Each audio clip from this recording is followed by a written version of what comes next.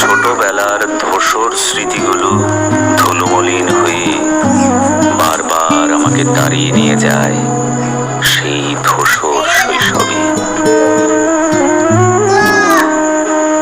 নানা রঙের দিনগুলি কতই না মধুর ছিল। আনন্দের ভেলায় চড়ি বাবা মা ভাই বোন স্বজনদের সাথে কাটানো সেই দিনগুলি কি আর ফিরে পাব?